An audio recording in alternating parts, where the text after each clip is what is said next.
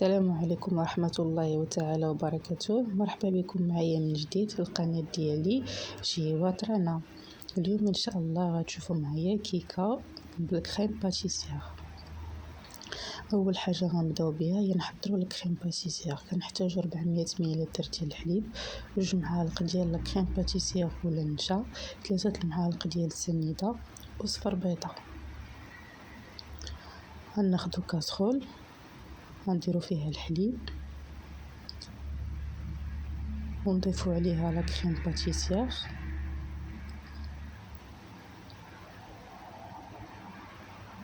ونضيفوا عليها السنيده والبيضه. نخلطوا هادشي مزيان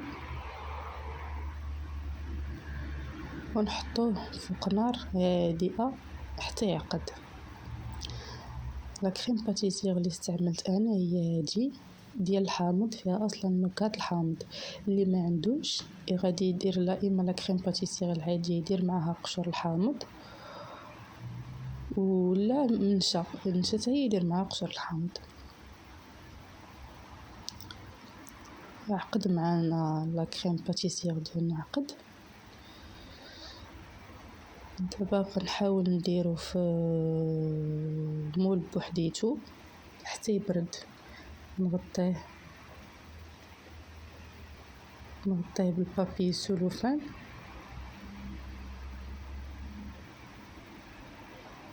حتى يبرد وما يديرش لينا القشر.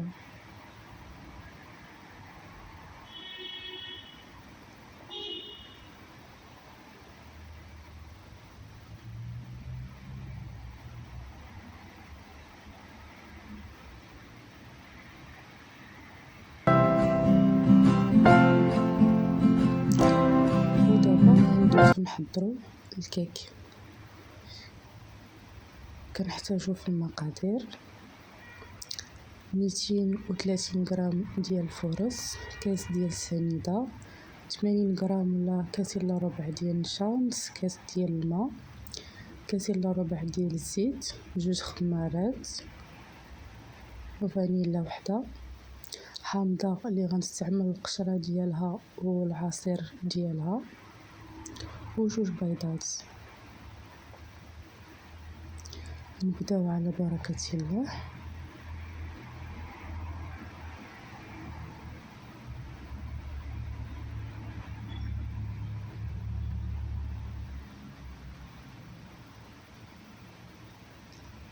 غناخدو الخميره نخلطوها مع الطحين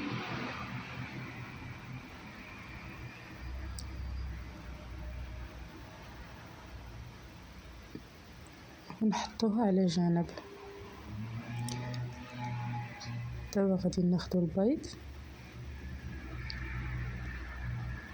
ونضيفو عليه السنيده والفانيلا وقبصه ملح بطبيعه الحال،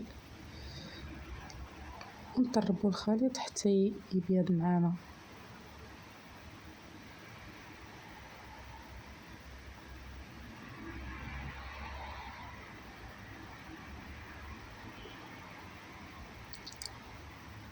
نضيفوا الزيت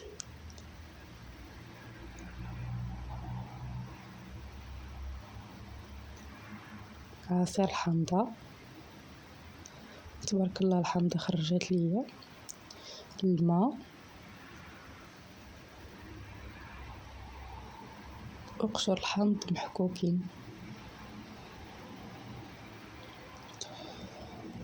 دابا غادي نبدا نضيف الطحين ديالي اللي خلطته مع الخميره بشويه بشويه ونخلط.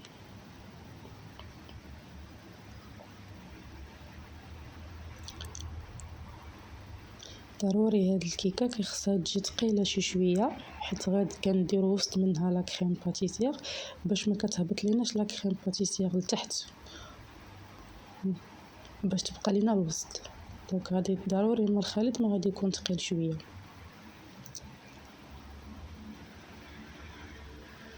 انا على حسب العصير ديال الحامضه تقريبا خدات ليا 3 ديال الكيسان ديال الطحين.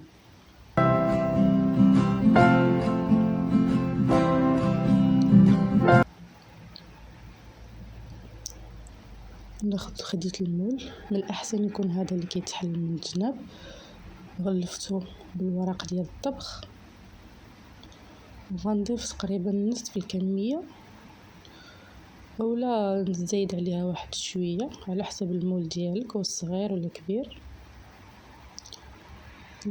خديت انا اكثر من نصف الكميه، درتها كطبقه اولى، وعاد ندير كريم باتيسير طبقه ثانيه. نحاول اننا ما نديروهش في الجناب باش ما تخرجش لينا لا كريم باتيسير من الجناب. نتفاداو نحطوها في الجنب ونوزعوها على باقي ديال الكيكه. نخلي دابا النصف الاخر وغنديرو فوق من لا كريم باتيسير باش تجينا الكيكه محشوه بلا كريم باتيسير من الداخل.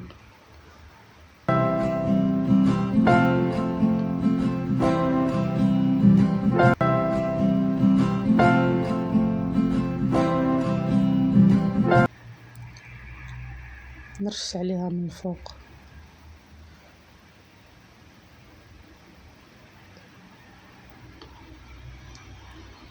اللوز ايفيلي،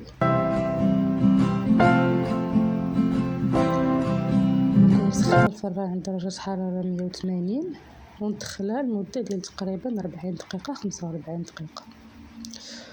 من بعد ما طابت لينا الكيكة حتى تبرد تماما، عاد كنخرجوها من المول، نخرجوها شوية سخونة،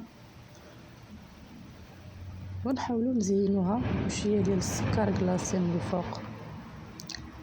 دابا غادي نقسموها ونشوفوها كي جات من الداخل.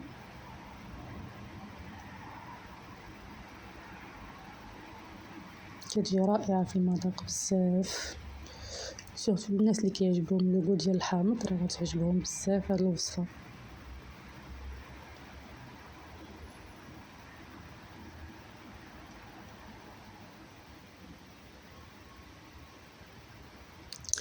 الى عجبتكم الوصفه ديالي كنتمنى انكم تجربوها، واللي اول مره غادي يدخل القناه ديالي كنتمنى انه يدعمنا بلايك وبالصحه والراحه.